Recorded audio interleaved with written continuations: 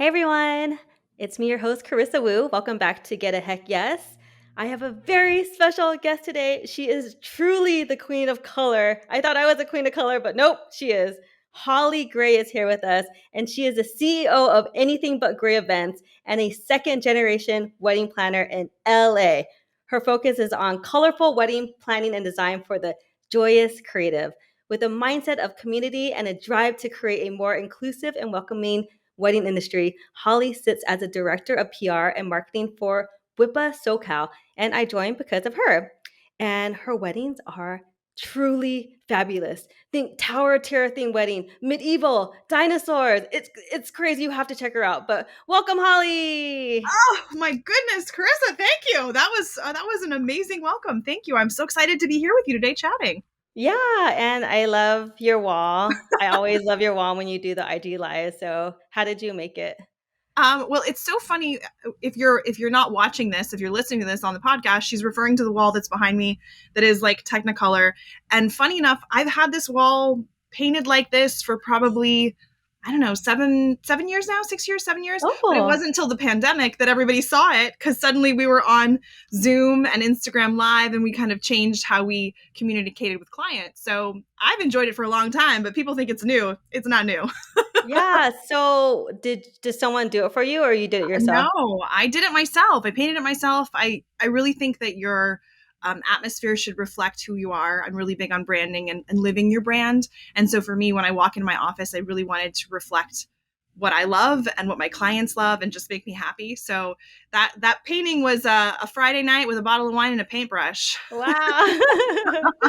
I love it. Okay, so I kind of listened to all your promo video, which is amazing, but was your mom a wedding planner? My mom was a wedding planner for a really long time.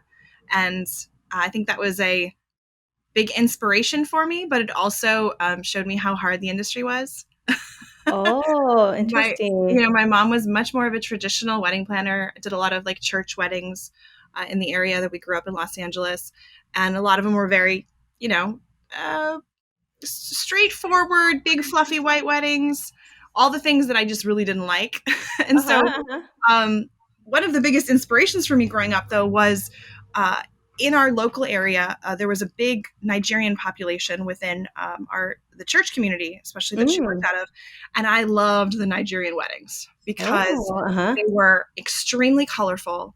The wardrobes were unbelievably beautiful, big headpieces, um, happy music, lots of dancing and celebration and food everywhere. They just really broke the mold for me. So growing up helping her, those are the ones that really stood out to me. And I think that's where I drew my biggest inspiration for my business in being very untraditional and doing things my own way for certain clients that want to do things their own way. Wow. So were the Nigerian weddings, was it in LA? Yeah, I'm born and raised in Los Angeles. And in the church that I grew up in, although I'm not super religious now by any means, there was a very large Nigerian population. And so getting to learn about that culture and celebrating in it and seeing how the weddings were very different from the ones that I had known or had experienced in my own family life was really a cultural awakening and eye-opening. Wow. So what age were you when you started like shadowing your mom with weddings? I don't know if shadowing is the right word. It was more Uh-huh. like when your mother tells you to do something, you do it. Yeah. I had to be, I don't know, 12, 13, something like that, in my early teens, Oh, kind of wow. figuring out what I wanted to do with my life and what I enjoyed. And most of my family had always been in hospitality or events in some form. And so, for me, it was like seeing what I liked, what I didn't like, what I wanted to make my own. Uh-huh. I went to school to be a stage manager, so I was a stage manager for live Mm. theater and a little bit of television. And although I loved that industry and I still have my hand in it in so many ways. Uh-huh, uh-huh. As a woman in that industry, I felt like I was very limited. I was Mm. hitting these roadblocks of I wanted to do things, but I wasn't necessarily seeing women do them in that industry. And Mm. we're talking about a long time ago now. Things have definitely improved and changed for the better. But being your own business owner, and certainly being in the wedding industry, as you know, there are a ton of powerhouse women Like, we run this industry Mm. essentially. Yeah, we do. And it feels very empowering going from a place where I felt like as a woman I was never going to get to where I wanted to be. I'm a goal Mm. setter, I'm a goal achiever, I'm an overachiever. And Yeah. now in this industry, I really just love that, most of the vendors that I work with are also women. It's very empowering. Wow. Interesting. Yeah. Okay, so walk me through becoming a stage manager and like how long you were in the industry, and then how did you pivot, or what was like the turning point that you got into weddings? Uh, that's such a big question. Yes. So, I mean, I did a lot of performing in my younger years in the live theater and improv comedy communities. So, Oh. I was on stage a lot. I was behind the scenes a lot. I was stage managing a lot. So I really saw things as a production and really front of the Mm. house and the back of the house. And that's very much how I run weddings now. It's everything to me is a production. It's really that's what it comes Mm. down to. But as much as I loved being on stage and performing myself, I really loved seeing all the pieces come together. When you start out in a production, you have a table read to begin with. You're reading the script over. Then you start with the design. What is the stage going to look like? You talk to producers and directors, and there's so many moving parts to it. All the tech crew that handles lighting, and starting from nothing, and then opening night when the curtains open and you have a full audience and you have a Yes. cast and there's a performance and you knock their socks off. Like, that's the feeling I wanted to replicate in my business and in weddings every single time, because going from zero to everything, that feeling cannot be captured in any words, honestly. Oh, I love that. And I've been, doing my research all day and yesterday about you. And I feel like it is a production. Like I saw like, the bride on your front cover of the homepage, like wearing like a pink wig. And Yeah. then like there was like a dinosaur in one of your videos, and you did like a like Tower of Terror theme wedding. And I saw like a medieval theme wedding, and your backdrops are just like I out of this world. And I did feel like it was a production, and I was like, there's no other planner but you doing this. Well, I thank really you. felt like that. Thank you. That Yeah, means you're very different. I come from a theater background too. I was in like King and and yeah, just Joseph and the Amazing Technicolor Dreamcoat. Like I was a total theater kid. So I feel like us like theater geeks are kind of like excelling in the wedding industry because we're like, yay, look at me, look at me. Truly. And I think we can pivot. We've learned that you really can pivot. I know that was a word for 2020, but when we're Yeah. talking about theater, like, we've all been in those moments right before curtain opens where something goes wrong and you're able to change your strategy about how to make it work on the fly. And we do that in the wedding industry all the time. Yes, totally. I think I've heard about you probably when I was in Rising Tide, like Tuesday Together. So I feel like it's been a while, like 4 years, but I feel like once I heard your name, Anything But Gray, that was a cool name, catchy name. And then I looked at your Instagram and I was like blown away. So I've been following you. But did you like come up with that brand like right off the bat? Like what was this like this genius Holly Gray like take me to that person? Like was it just like boom, Oh, big, it's here, production, or like did you like yeah, take me back a little take bit you before on like that did you journey. struggle at all? Yeah, your journey. Sure. Well, I mean, we've been in business now. This will be our 10th year. And I would love to say that I've always showcased who I am fully in my business, but no. I think when I started my business, like a lot of us who start a business from scratch, we try to please everyone. And I Mm, think if anyone out there is listening that is, newly in the wedding industry, just starting your business, no matter what field you're in within the industry, I would say find your niche. Find what you're really mm, good at. Find what makes your heart sing, because this is a very hard industry. And if you're trying to please everyone, you're pleasing no one. mm. So when I first started, I really was taking on any client that I could find. I think we've all done Mhm. that. Where it's just like we're Mhm. just trying to build our portfolios and have weddings and learn and grow. But about 7 years ago, I kept having this feeling of like, I'm not doing what I love. Yes, I'm producing great weddings and some of the couples are really great, but I feel like I'm dumbing down who I am in order to Mm, please everybody. And I just was mm, done with it because it felt like I was playing a role. And again, being from the theater world, that makes sense, but I didn't want that. I wanted clients to really resonate with who I was as a person, what I was offering, designs that were different from a lot of the blush traditional weddings we were seeing for a long mm, time in our industry. mhm, And not that there's anything wrong with that. There's nothing mhm, wrong with liking what you like, but for me, it was I saw a need that needed to be filled, and mm. I kept, I threw away every piece of black clothing that I had Oh about, my I don't know, gosh. 8 years ago because I was like, I don't like this. It doesn't make me happy. So why am I doing something that makes me so miserable? So yeah, that's when I took the dive, did the name change. My name is Holly Gray, so that was kind of a given. People ask me all the time, "Is that your real name?" I'm like, "Yes, that is I what know, I did my my mother research called too. me. I was like, "Is that really her last name?" Really my name, my born and raised name." Oh, And that's so so funny. yeah, it's just I feel like there's been such a rebirth in my business with me just being who I am. And you either love me or you hate me. Like, and I am so Mm, fine with either of those decisions that you make for yourself. So it makes it very easy for clients to look at my website and go, yes, I love what she has to offer. She's mm, the only one I can hire. Or hell to the no. Like, too much color, mm. too much out there, too much. Yeah. I believe there really can never be too much. So if you don't subscribe to that, then I'm probably not your wedding planner. Oh, I love that. I know me and you, I met you at the WIPA event, and I think me and you were, like, best dressed, Oh yeah. and, I asked you, I said, "What does your closet look like?" And you're like, "I think it kinda looks like a clown's closet," when I was like, Yes. "Well, definitely expensive taste clown." Yeah, it's all over the place. All over the place in my Oh. closet. Yeah, I knew, like, when I woke up this morning, I knew I was interviewing you, and I was like, "I have to put on a colorful outfit You're wearing for pink. It's your Holly." favorite color. I love Yeah. it. It's fabulous. What was the best advice you've gotten from your mother?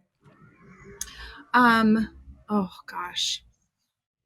Number one, you never run at a wedding. Mm. You never run at any event because not only I say to people like I don't run unless there's a killer behind me or an ice cream truck in front of me. In general in life, like you're not going Uh-huh. to find me running like for fun. Ah!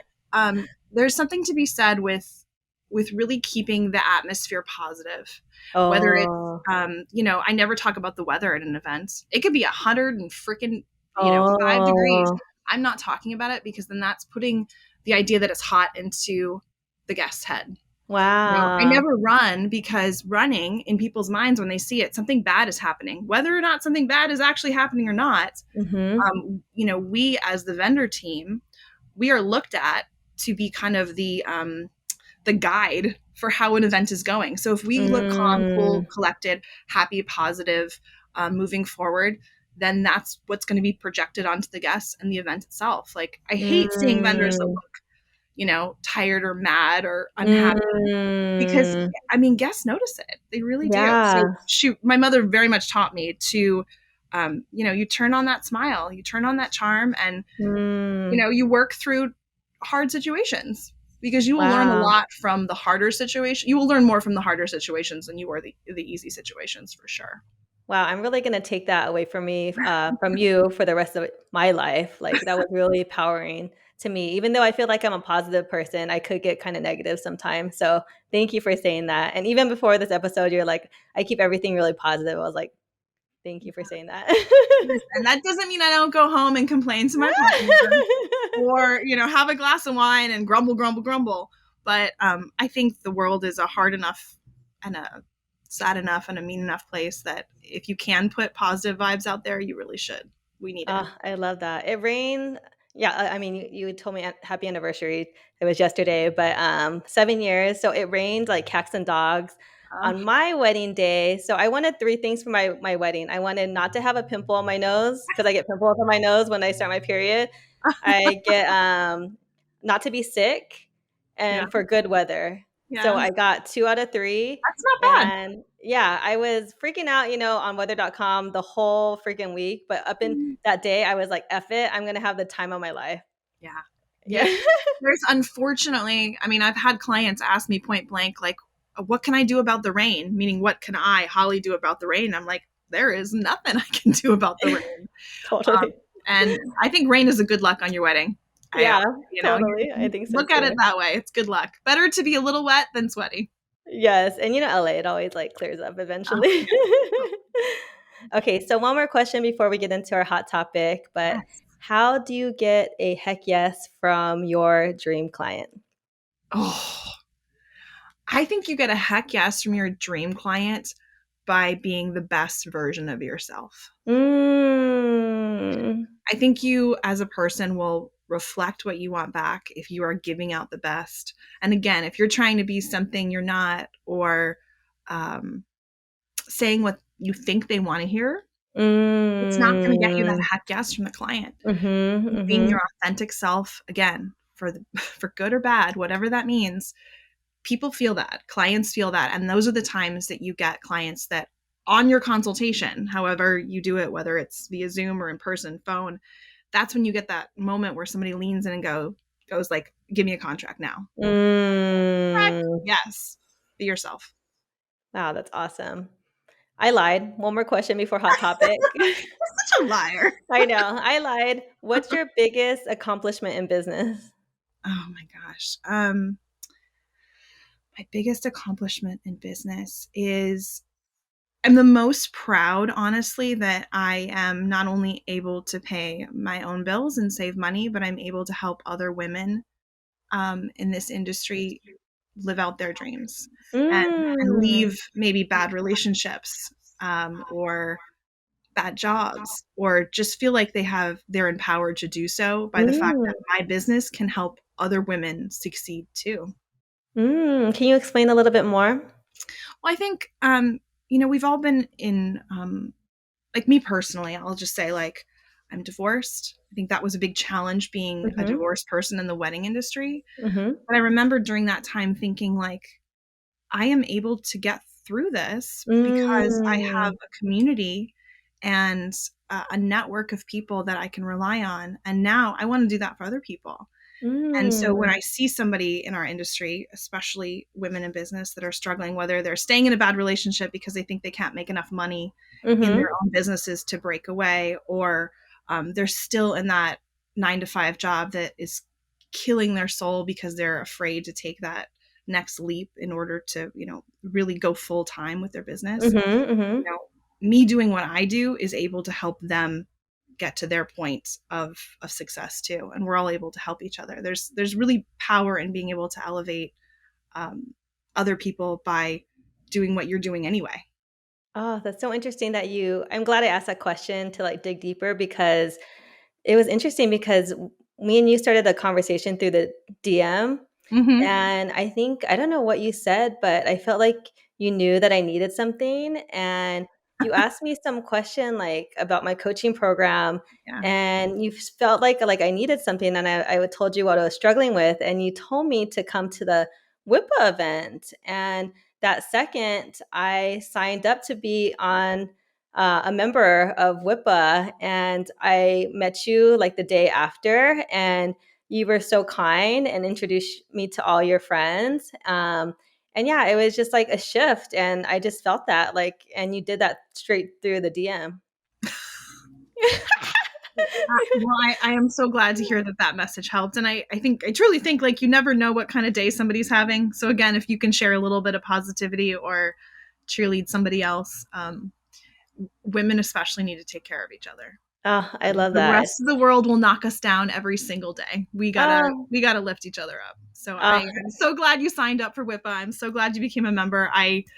Um yeah, just that interaction made me like you even more. yay. Oh, I'm so glad. Okay, so I guess tell us what your hot topic today is and why you chose it. My hot topic today, when you ask me something that kind of makes me feel sparkly inside, whether it's Okay. a good thing or a bad Yeah. thing, Uh-huh. it's vendor matchmaking and the Ooh. process in which like a wedding planner, or at least the way I match my clients to their vendors, the process that I Oh. take, and it's not just a fill in the blank situation.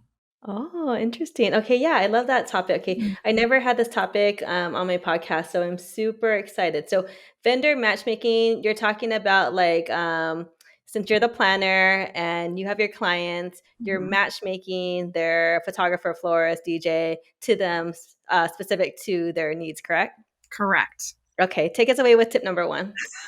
Okay. So I think in general, it's not a plug and play.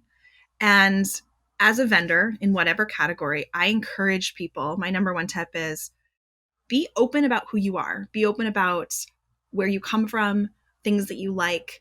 Do you have dogs? Do you have cats? What do you like to do for fun? The more open you are, the more honest you are and real, the better chance that I have as a planner to know who you are and go, oh my goodness.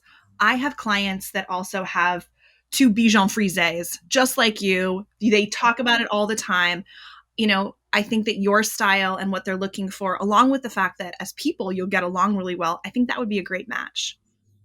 I think Oh, so much of the time we forget that we're all people, yeah, that uh-huh. we're not just a special skill and a talent. For you, you're an incredible photographer, but I want to know more about vendors because when I know them more, then I can Mm, really pair them well with clients, not only on a professional level, but on a personal level. Because as you know, it's a really long day. mm-hmm, You as a photographer, you're in the couple's faces for way longer periods of time than I am. If they mm-hmm. don't like you as a person, uh, it's not gonna it's not gonna jive really well. So as a vendor, be open and honest with planners. Like get out of your Mm, own way. yeah. Don't just tell me about the camera that you like to use or your style. Mm, Tell me about who you are as a human. mm. So do you think they should do this through like their social media, through their website, through their copy, talk about it, share about it through you, have coffee with you? Amen to all those things. Right now, I think in the world, you have to balance the idea of cold emails. And what I mean by cold emails is we all get them. Someone who Mm-hmm. you've never met, never had an interaction with, sends you an email and basically says to me as a planner, like, I want to be on your preferred vendor list. I Mm-hmm. can tell you, this is probably going to sound horrible. 99% of the time, I will delete that email right away. Wow. And I do it because you've told me nothing. You told me Mm. nothing other than, hey, Holly, get me work. You've Mm. demanded me to do something without having any idea who you are as a person, maybe why my clients would be interested in you, what you have to offer. So please, like, do some research. It's not hard nowadays to, Yeah. like you said, look on somebody's website, look at their social media presence, look at their portfolio of weddings they've done. If you're seeing something that maybe you can add to them with that has value, Mm-hmm. for Mm-hmm. either them as a planner or their clients, start with that. Start with being a human first. Yeah, I just got this email right now about, or before this conversation, and she wanted to be on my podcast, but at least she was Mhm. nice enough to say like that she listened to my podcast and she Yeah. was very specific about the episode that she enjoyed. Uh-huh. So she could have just went on my podcast and just looked at the show notes, but at Yeah. least she did something. And I was like, okay, like, yeah, I like that. It just feels Yeah. good. It, it Yeah.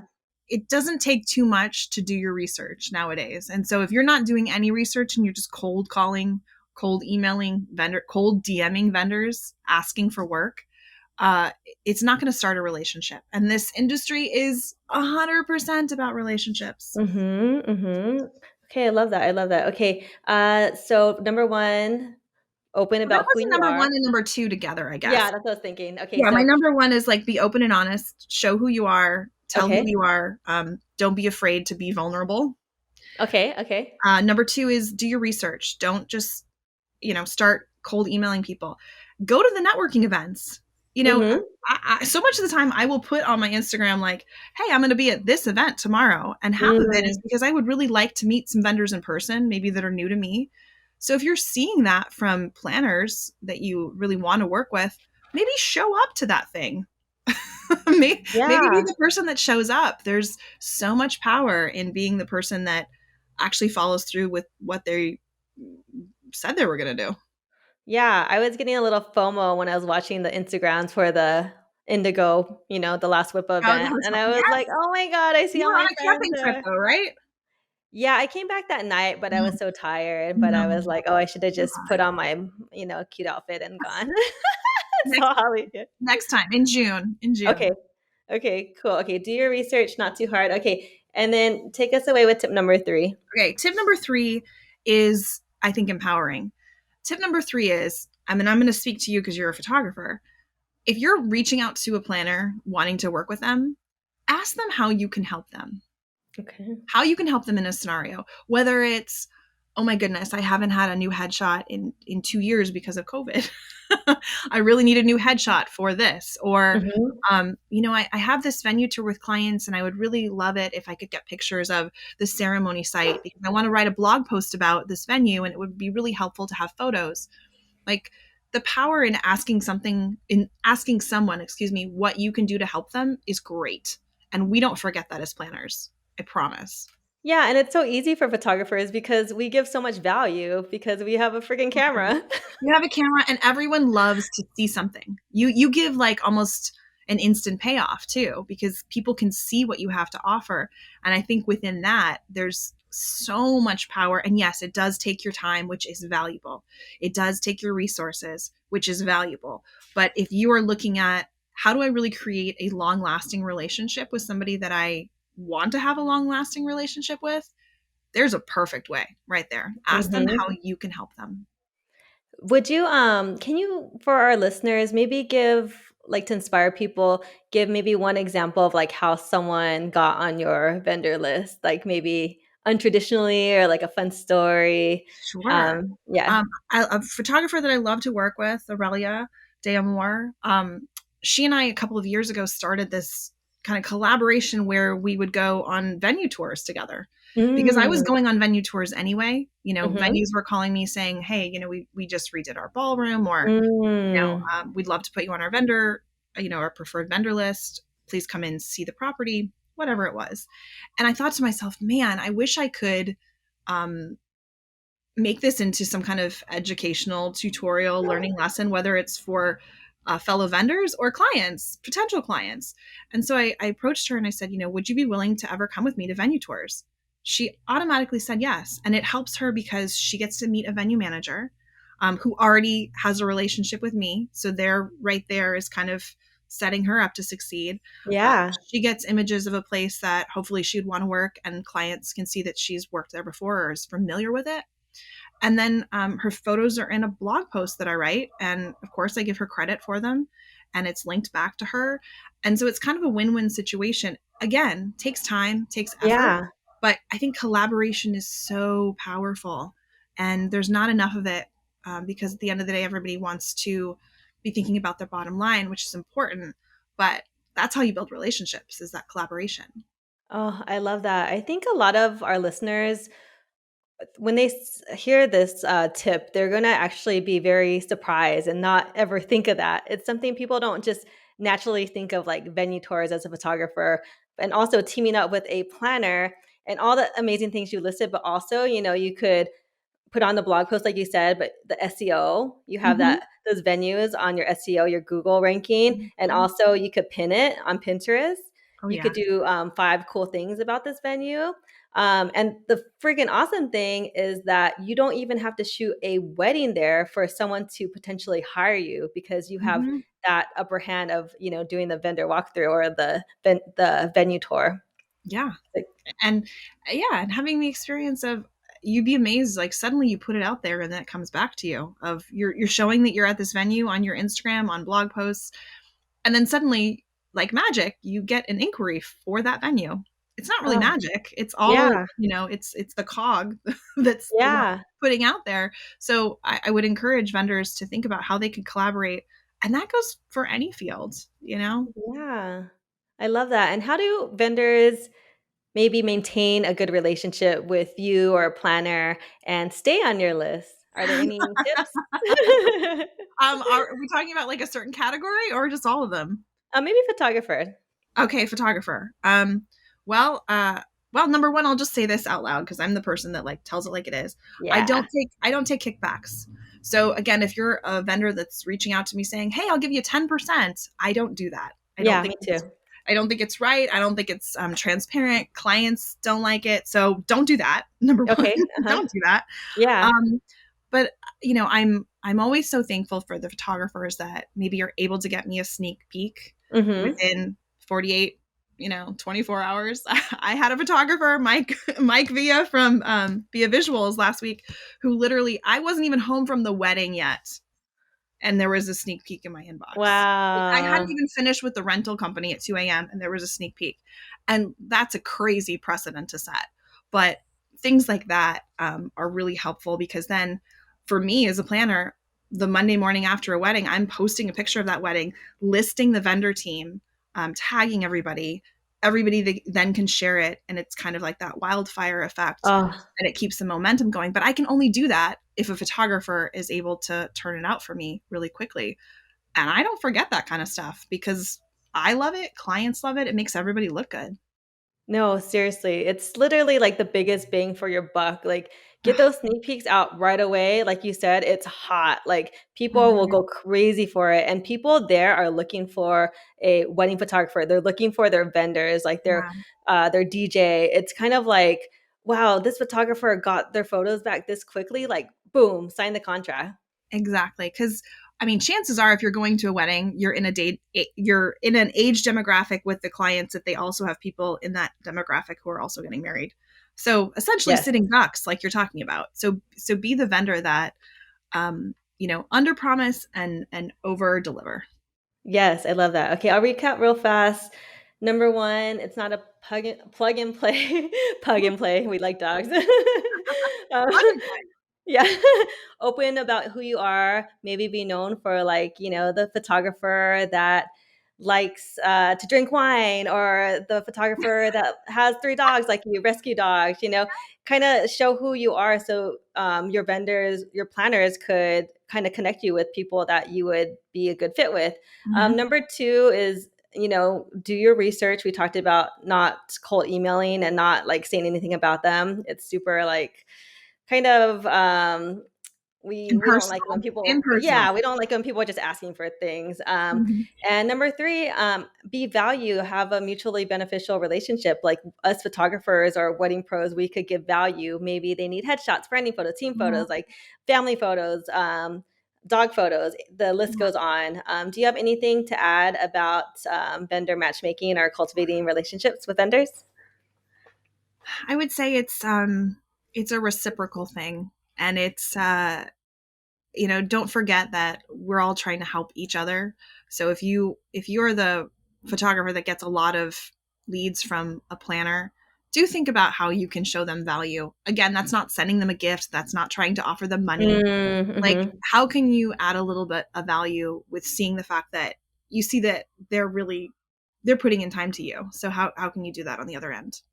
Yeah, it's interesting the love languages people have, because I this planner was kicking me back some weddings, and I would give her like random gifts, like a planner, like something Mhm. cute. And I heard from like her friend that she didn't want me to give her anything.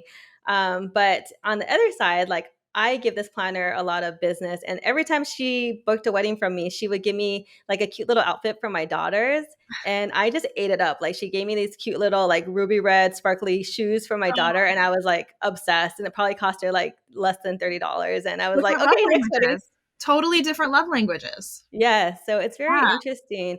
But yeah, I guess just be open to it, but always offer value, whether it's like a little ruby shoes or maybe, sneak peeks right away. So And ask. There's so much power oh, in saying, "What can I do for you?" And it is the question that's like never asked. I love that.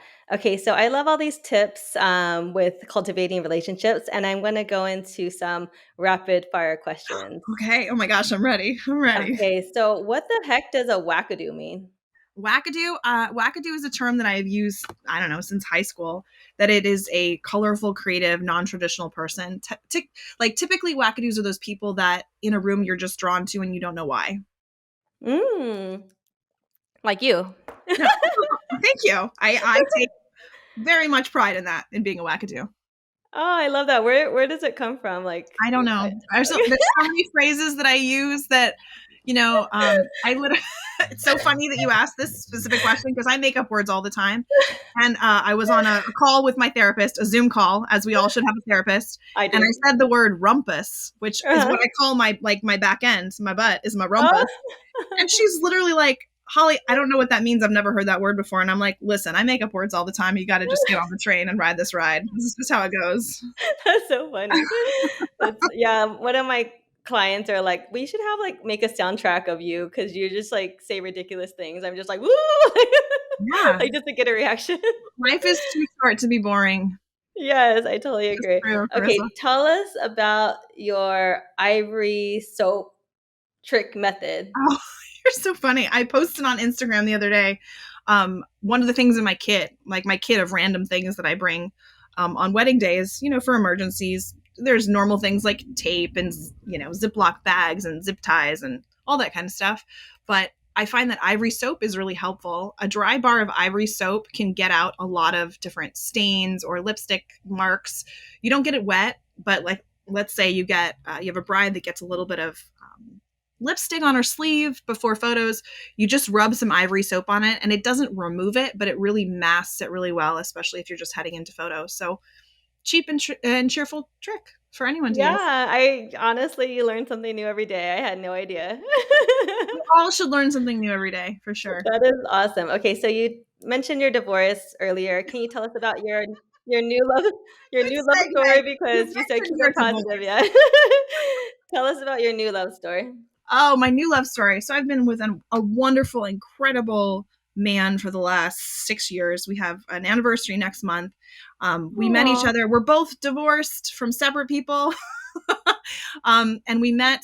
He's an executive chef, so we have similar interests working, in the hospitality industry. And I met him at an event where it was at anyone that's familiar with Los Angeles. It was at City Club Los Angeles in downtown LA. Yeah, uh-huh. It was an event for wedding planners. There were about 20 of us invited. It was a very exclusive, very lovely party. And he had just started as the chef there, and he just kept sending me food. And if anyone knows me personally, that is my love language is a good meal and good conversation. And at the end of the night, he handed his business card to one of the servers, who then Oh, handed it uh-huh. to me. And me being the real cheeky, mouthy girl I am, I said to Uh-huh. the server, "You can tell the chef if he wants to talk to me, he can do it himself." Oh, dang, And holler. I handed her back the card, and later that night, I had a text message on my phone from him. So he got my phone number from someone else at the event, obviously, and apologizing, saying, I'm so sorry if I offended you. And I said, you will learn that if you want to take me out, you're going to have to ask me yourself. And that was Ooh. how it started. I figured, you know what, either he likes me or he doesn't like me at this point. And 6 years later, here we are having a wonderful time together in life. Oh, I love that. I had lunch with my friend Jeannie from Love Some Blossom, and she was trying to explain that story to me, how he kept, I like, love giving you Jeannie. food or, like Yeah, see? okay, since we talked so much about WIPA, can you Yeah. tell us a little bit more about WIPA and how you can become a member? Sure. So WIPA stands for the Wedding International Professionals Association. And it's a nationwide, it's actually international now. We have a chapter in Ireland, as well as lots of different chapters over the United States. But I am the membership director for the SoCal chapter. Mm. And I think for all wedding industry professionals, it's really important to have a community and a place where you can learn and grow. And WIPA is especially for those of us who've been in the industry a good chunk of years now and are always looking to elevate and grow and develop our businesses. So we have great education. Of course, we have great community, and there's no one that understands other wedding creatives than other wedding creatives, right? So being able to get together and talk about certainly the things that have happened in the last 2 years, how we're bouncing back, how Mm. we're changing our businesses. It's been the thing that has changed my business the most. So if you're somebody that is out there Mm. listening right now going, oh my gosh, I spend hours and hours editing, I never leave my house, I never see people, I'm wondering why Mm. my business is at a standstill right now, it's because you're not getting yourself out there and meeting new Mm. people and growing and learning and developing. And it's an incredibly diverse and interesting group of wedding professionals from all over SoCal. And if you're interested in knowing more, I would love to chat with you about it. Oh, I love it. Why is inclusion so important to you? Inclusion is really important to me and to the world, because when you're seen, you feel better. Just in Mhm. general, you know, when we look at weddings, they are for everyone. And we're not necessarily seeing that in our wedding industry like we should. Clients should be Mm. able to find vendors that look like them, find weddings that look like they want their weddings to look. And, showcasing who we are as people, our differences is Mm. incredibly important.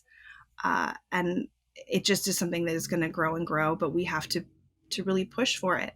And again, as a planner, I feel very lucky in that I have the ability to help get lots of different vendors out to clients. We are Mhm. the biggest advocates for our clients. So, I want to make sure that I'm connecting them with vendors who are the best for them based Mhm. on who they are as people, their religion, their culture, their ethnicity. Are they an LGBTQ plus person that wants to employ other LGBTQ plus vendors because that's important to them? They want to feel good about where their money is going.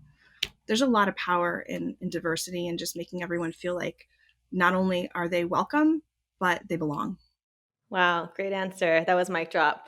Um, that was really good. One more question, and then you could take us away with like how to find you on Insta and all that. But I wanted to ask you kind of a fun question, but it's gonna be hard for you. But what was your favorite wedding? No, you can't do this. You can't do Yeah. this. So mean. That's not, there's like, to say favorite is like saying you have a favorite child. It just doesn't. How about top? How about one that stands out or like kind of makes you? I mean, all of them make you giddy, You but know what? I maybe have I have one that favorite stands out. couples. I have favorite couples for sure, because I think, Ooh, again, it's about relationships. And what I do is, I'm with a couple for a year, and because of COVID, sometimes up to 3 years. You yeah. get you get to know a lot about who they are as people, and you have to be able to really like them. And I've been just so lucky to have couples that have become really close friends, like friends that we Mm. go out to dinner and we've been traveling together, and like it's the relationship has just become so different based on the fact that we really care about each other, and it's important to me. So to have clients is Uh, fine, but to have clients that have a long-term part of your life is, ugh, it's just the best.